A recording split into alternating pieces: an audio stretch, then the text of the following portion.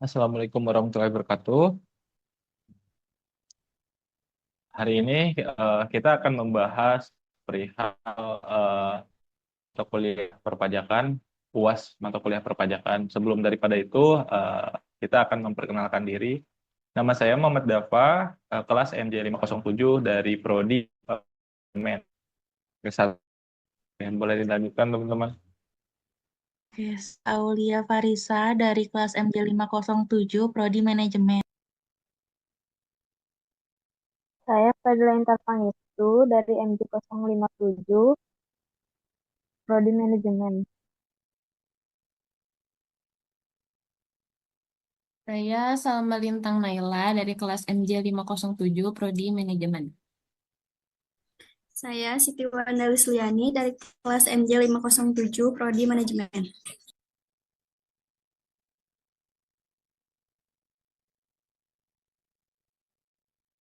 Saya Sabrina Habibah dari kelas MJ07 Prodi Manajemen.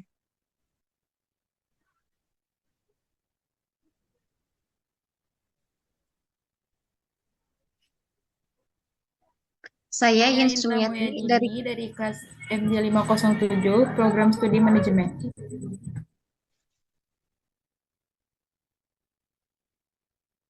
saya Yen Sumiati dari kelas MJ507 Prodi Manajemen. Saya Diana Rahmawati dari kelas MJ507, Prodi Manajemen.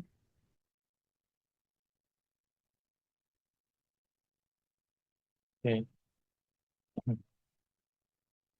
Di sini kita akan membahas mengenai kasus PT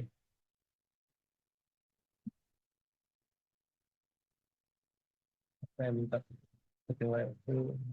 PT Wahana Auto Eka Marga, yang dimana PT ini melakukan sebuah eh, tindakan eh, ya melawan aturan pajak yang semestinya berjalan.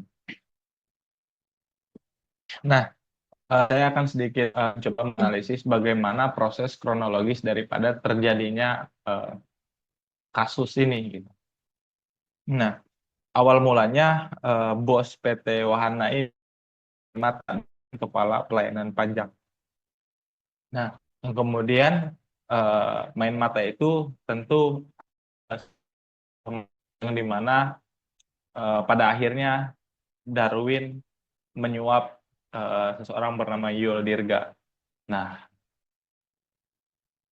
pada tahun 2015 PT Wahana Auto Eka Marga melakukan permohonan restitusi pajak sebesar 5,03 miliar kepada kantor pelayanan pajak. Nah, setelah diperiksa kembali oleh Bapak Hadi Suristo sebagai supervisor, Jumari sebagai ketua tim, dan M. Fahmi sebagai anggota, ternyata setelah dilakukan pemeriksaan menunjukkan statusnya kurang bayar. Nah, PTY itu kan melakukan permohonan restitusi pajak 0,3 miliar. Padahal setelah diperiksa ternyata statusnya kurang bayar, bukan lebih bayar, gitu. Nah, HS atau Hadi Suristo menawarkan bantuan kepada PTY, gitu. Ya, orang daripada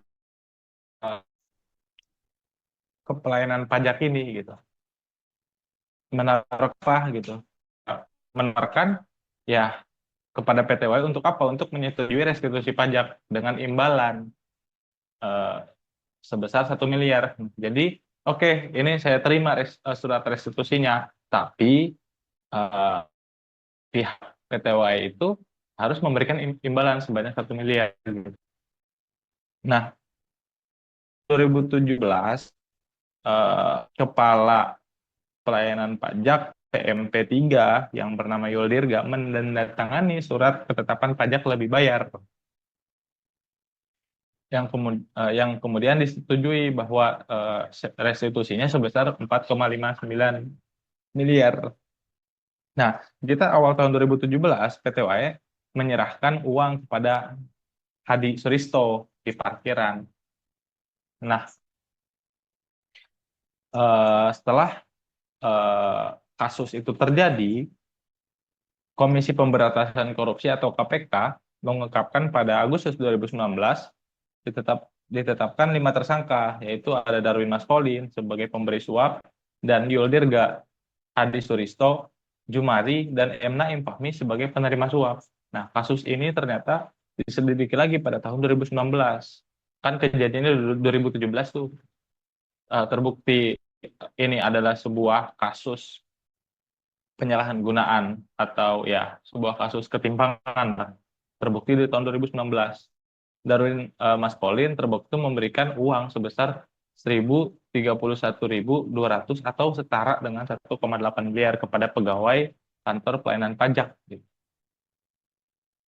Yang tadi di awal ya, apa namanya, sebuah jadi orang pelayanan kantor pajak itu minta imbalan tuh sebanyak 1,8 miliar. Agar apa? Agar permohonan restitusi ini gitu. Nah,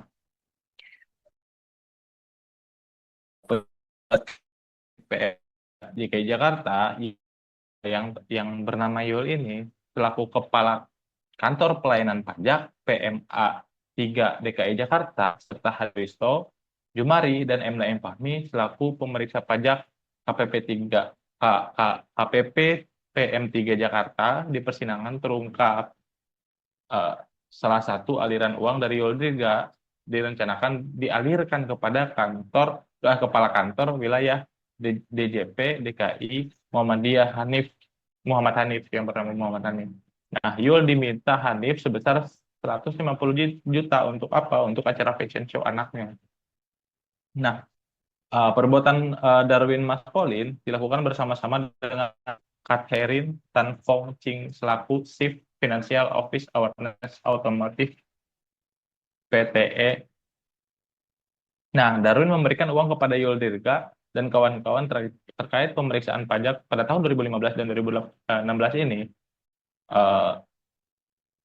yang dimana PTWA ini merupakan perusahaan penanam modal asing yang menjalankan bisnis dealer. Nah, dari kasus ini, orang yang tersangka menyalahgunakan sebuah pajak yang bernama Darwin Maspolin akhirnya divonis gitu. Hukuman selama 3 tahun penjara dan denda sebanyak 200 juta subsidiar 4 bulan kurungan. Yul Dirga, mantan kepala KPP, divonis 6,5 tahun setelah terbukti menerima suap sebanyak 34.625 dolar Amerika Serikat dan 25 juta dari Darwin Maspolin. Nah, ini sebetulnya sebuah permasalahan yang dimana kasarnya ya pihak PT ini mengajukan lebih bayar padahal kurang bayar.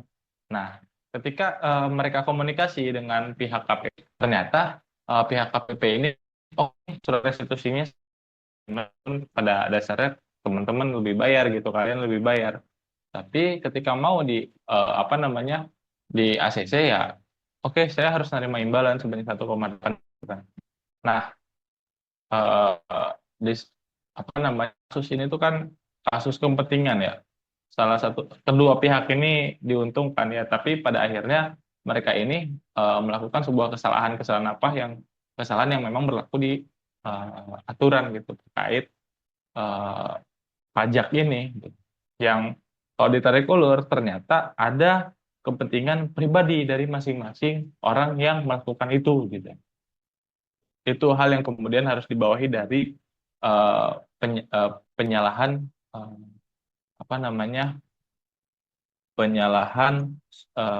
dari menandatangani surat ketetapan pajak lebih bayar ini. Itu kurang lebihnya. Nah, masuk ke dalam materi mengenai apa yang kemudian disebut restitusi pajak itu apa. Nah, kurang lebih restitusi pajak itu adalah pengembalian kelebihan bayar pajak oleh wajib pajak kepada negara. Nah, kalau semisal kita lihat dari kasus ini, nah ini kan sebetulnya bukan kelebihan bayar, tapi kurang bayar. Nah, dengan kurang bayar ini,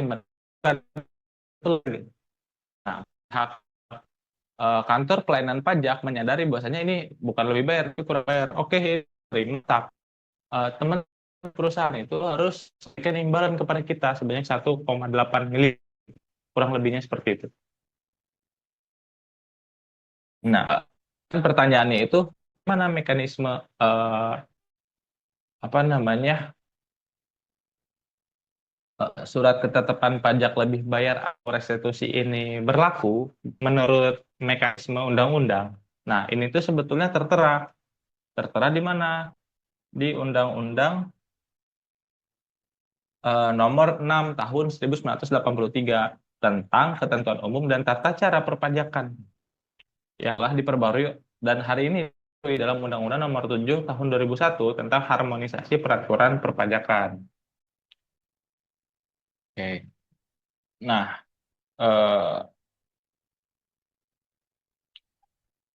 dimulai dari pengajuan permohonan hingga pemeriksaan oleh DJP, kasus PTWI menunjukkan adanya manipulasi data dalam proses ini. Nah, solusi meningkatkan melalui teknologi pengawasan ketat dan penegakan hukum. Nah, maksud ini kan kasusnya PT PT apa tadi? Wahana PT Wahana Auto Ega Marga, kasusnya itu nggak ada sebuah media yang memang basisnya itu database ya, sehingga ya gampang dimanipulasi gitu karena basisnya masih manual. Oke, mungkin boleh dilanjut ke slide berikutnya. Lalu selanjutnya ada pembahasan tentang apa yang dimaksud dengan SKPLB atau Surat Ketetapan Pajak Lebih Bayar. SKP, SKPLB adalah dokumen resmi dari DJP atau Direktorat Jenderal Pajak yang menyatakan kelebihan pembayaran pajak setelah melalui proses pemeriksaan. Proses ini melibatkan pemeriksaan data sebelum penerbitan. Dalam kasus PT WAE, proses ini disalahgunakan untuk manipulasi hasil pemeriksaan. Tim pemeriksa pajak bekerja sama dengan pihak dari perusahaan untuk memanipulasi hasil pemeriksaan agar menyatakan adanya lebih bayar yang seharusnya tidak terjadi. Sebagai imbalannya, pihak perusahaan memberikan suap kepada pihak pejabat pajak. Kasus ini menunjukkan bahwa penetapan SKPLB bisa digunakan secara tidak etis ketika integritas pemeriksa pajak tidak terjaga. Oleh karena itu, diperlukan solusi untuk permasalahan ini, yaitu adalah dengan melakukan rotasi pemeriksa, lalu dengan pengawasan independen, dan memberikan sanksi tegas terhadap pelaku pelanggaran.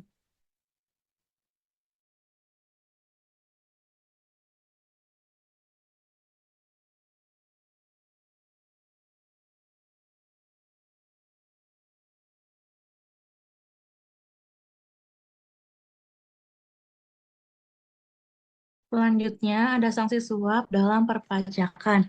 Menurut Yusuf dan Fajar, dalam hukum perpajakan Indonesia, tindakan suap atau korupsi yang melibatkan perusahaan memiliki konsekuensi yang diatur secara ketat, baik berupa sanksi administratif maupun sanksi pidana.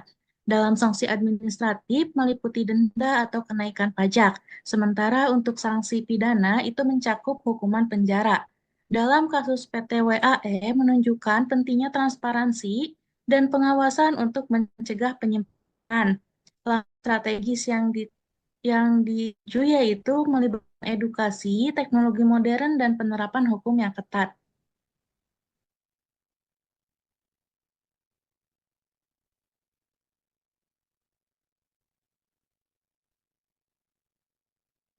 Di sini juga teknologi dalam restitusi pajak. Teknologi seperti e-tax dan blockchain membantu transparansi dan meminimalkan manipulasi. Penggunaan AI untuk analitik data memperkuat deteksi anomali dalam pengajuan pajak. Program whistleblowing mendorong laporan pelanggaran secara anonim. Berikutnya ada alasan perusahaan memberi suap. Manajemen sering memilih suap untuk efisiensi biaya dan waktu. Namun, tindakan ini berisiko pada reputasi sanksi hukum dan kepercayaan publik. Langkah selanjutnya adalah menerapkan tata kelola perusahaan yang baik.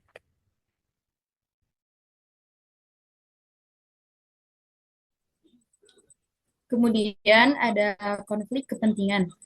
Jadi konflik kepentingan ini terjadi ketika petugas pajak memiliki kepentingan pribadi yang memengaruhi keputusan profesional. Nah, jadi contoh dari kasus PT Wahana Auto Eka Marga ini yang melibatkan petugas pajak menerima suap. Untuk mengelola potensi konflik kepentingan, petugas pajak harus mematuhi prinsip-prinsip dasar dalam kode etik profesi mereka, seperti integritas, independensasi, dan objektivitas. Berikut adalah langkah-langkah yang seharusnya dilakukan. Yang pertama itu ada transparansi dalam proses perpajakan. Kemudian ada penguatan pengawasan internal. Yang ketiga ada pelaporan dan whistleblowing. Kemudian yang keempat ada sanksi tegas bagi pelanggar. Dan yang terakhir ada pendidikan dan etika dan pelatihan.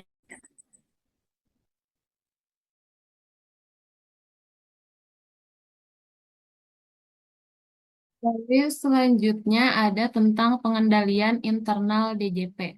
Fungsi pengendalian internal pada DJP dapat ditingkatkan untuk mencegah kejadian serupa di masa depan adalah dengan mencakup pengawasan berlapis, digitalisasi administrasi, audit independen, pelatihan integritas, dan penegakan hukum tegas. Hal ini bertujuan untuk memastikan transparansi dan mencegah manipulasi.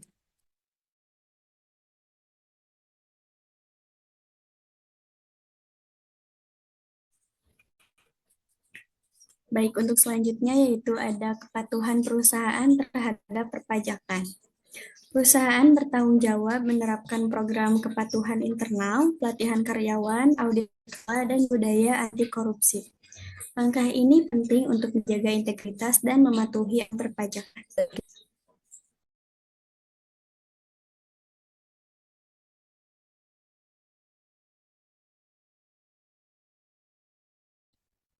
Terakhir ada dari yang telah dijelaskan, ada kesimpulannya, yaitu mencegah pelanggaran perpajakan memerlukan kombinasi transparansi, pengawasan ketat, teknologi modern, dan penegakan hukum tegas. Dengan langkah-langkah ini, kepercayaan masyarakat terhadap sistem perpajakan dapat ditingkatkan.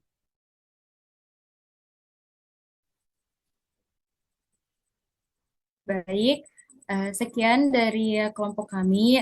Semoga materi yang telah kami jelaskan bisa bermanfaat bagi kita semua. Terima kasih atas perhatiannya. Wassalamualaikum warahmatullahi wabarakatuh.